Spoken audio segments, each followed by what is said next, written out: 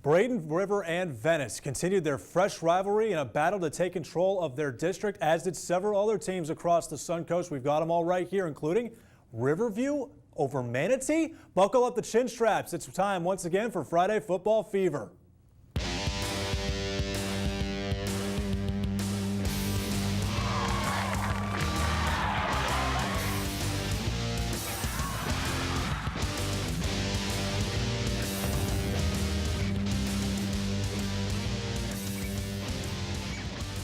Hello everyone, Trevor DeGroat with you, welcoming you in once again to Friday Football Fever presented by Ingman Marine. It's not too often you have top 5 teams, 2 of them, in a state clash that are within the same region, let alone the same district, but that is the case tonight. Braden, River, and Venice seeking control of 7A District 11. The Pirates got the better of the tribe last year twice, both on their home turf. This time, the rivalry shifted to Venice. Venice, Braden River, game of the week. Instant classic, folks. Braden River hasn't lost a regular season game in 3 years, 2013. Indians dominating on the ground game. Matt LaRoche has been a beast all year. 342 yards on 31 carries tonight. Definitely a workhorse. Here's the first of his 5 touchdowns, count them, on the night. 7-0 Indians to the corner inside the pylon. No problem. Fire that cannon. Braden River moving the ball through the air. Here comes Pirates quarterback Louis Colosimo. First time in big game action. No problem. Travis Toby for 6. Games tied at 14 all. LaRoche takes off. He's got reservations for 6 once again. Looking to beat the defenders. And he is gone, folks. Big run for LaRoche. He's had a lot of them all year in big game time as well. Pirates never giving up, though. They score with 18 seconds on the clock. They recovered an onside kick, but time would run out on them. Venice would hang on to beat Braden River 42-35. After the game, head coach John Peacock spoke with our own Lyndon Blake. Happy with the win, but knows his team can be better. Hopefully we play a little bit better. You know, this wasn't our best performance, and we had a chance to, put them away several times, and we kind of let them back in the game. But they're a great team. They haven't lost a game in 3 years in regular season, but our kids battled, and we'll go back and watch the film and try to get better. Still 3 big games to go. Riverview on the road against Manatee. Canes have won 10 straight in this series, but the Rams were not sheepish in this one. 7-0. A.J. Franco rips the ball from Xavier Stewart. Great tenacity right there, but Manatee gets the ball back. A.J. Colagiovanni, nobody open, no problem. 25-yard scamper to the end zone, tie game. Rams have a quarterback too. Mike Welser hits his buddy Mike Venice. Those two have been connecting all year long. And at the goal line, play-action bootleg, rainbow throw to Zy Grable, gets the feet in bounds, touchdown. Speaking of rainbows, here's one. Colagiovanni to number 4, Javarius Pollock on the button in the corner. Great back-and-forth duel here, folks. Then, 4th and goal. Late in the second quarter, Riverview pulls out the bag of tricks. Look at this. Allie Boyce gets the snap reverse to Zahad Reed-Jackson, who tosses it to Welser for a TD. The quarterback also had 2 rushing touchdowns in the first half. Game was tight until Allie Boyce put it away with a score in the 4th. The streak is snapped. The Riverview Rams upset Manatee 42-33 on the road, folks. Wow. Cardinal Mooney hosting St. Pete Catholic in a Class 3A District 5 game. Cougars coming out in style. Little fireworks display. Nice. Their defense got it going early with a big interception on the Barons' first drive. That's how you make a statement. St. Pete looking to upset the Cougars. They were all over their running game early on, and they've got a good one too. Then Cardinal Mooney starting to get it going. Bryce Williams, here's that running game. This guy is a stud. He's a power back, much like Allie Boyce. Barons' defense coming up big again. Quarterback Christian Hillerich, though, says, "Nuh-uh, I break a tackle, I find Miko Mays in the back of the end zone, touchdown." All Cardinal Mooney from there, 6-1 on their season. Great turnaround year, 38-6 over St. Pete Catholic.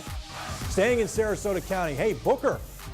Tornadoes hosting DeSoto County. This is a district game for them. Homecoming night. The alumni on hand. They got a great show, and what a catch here. Talik Keaton from Arthur Brantley. Tornadoes are up 21-0. Nice job. The Bulldogs are 2-0 in this district right now. Stand their ground, little open field tackle here from that Bulldog defense, but Booker on the move again. Big 3rd and long conversion right here. Isaac Edwards, nice grab. 4th and goal, they go for it. 38 seconds and a half. Brantley, Talik Keaton again, folks. He's got skills. This one was all Booker. Big district win on homecoming night. 42-6, Tornadoes roll. Other action in that district, Southeast Seminoles get a big win on the road to remain undefeated in the district. 21-9 over Lemon Bay. Bayshore gets ramrodded, unfortunately, again by the hardy Wildcats. They get hit hard, 35-0. Whew, a lot of action so far, folks, but don't you worry. We got plenty more coming up here. Highlights and scores on the way. More Friday Football Fever straight ahead.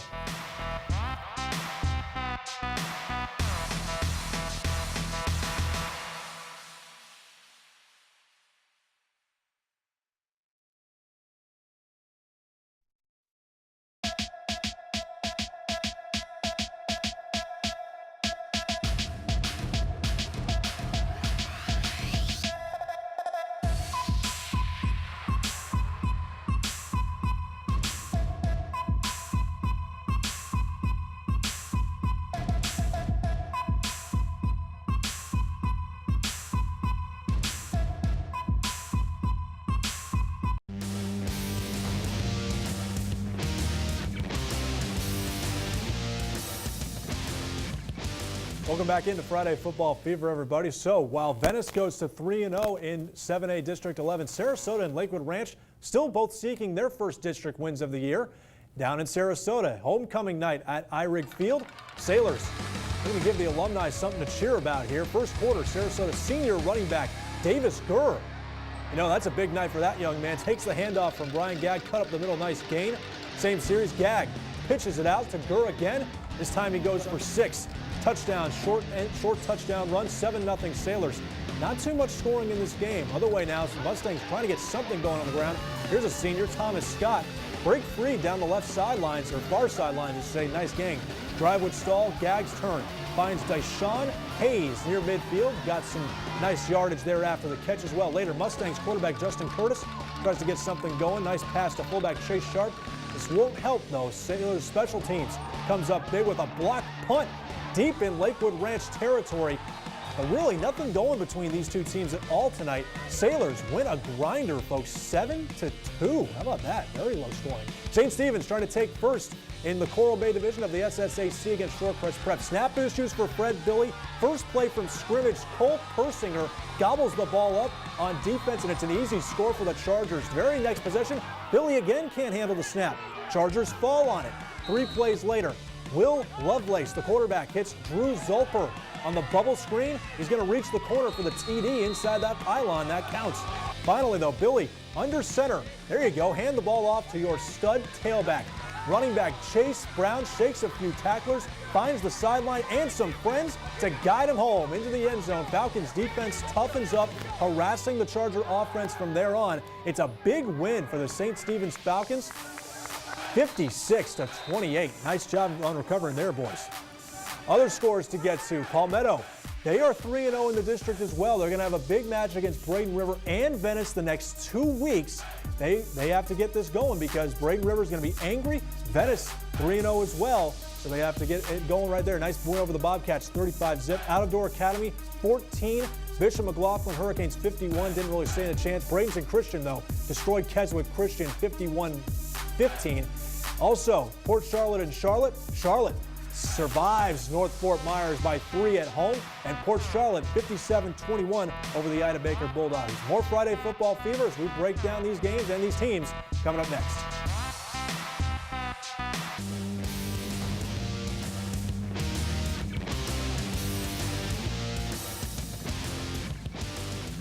All right, everybody, welcome back to Friday Football Fever. Herald Tribune sports columnist Doug Fernandez not with us this week. He's working hard, obviously. He was at the Riverview Manatee game, so that was a long one. That went a long way. But let's take a look at the Super 6 poll, now updated. And you'll notice a team that's not in that top 6. That's Manatee, folks.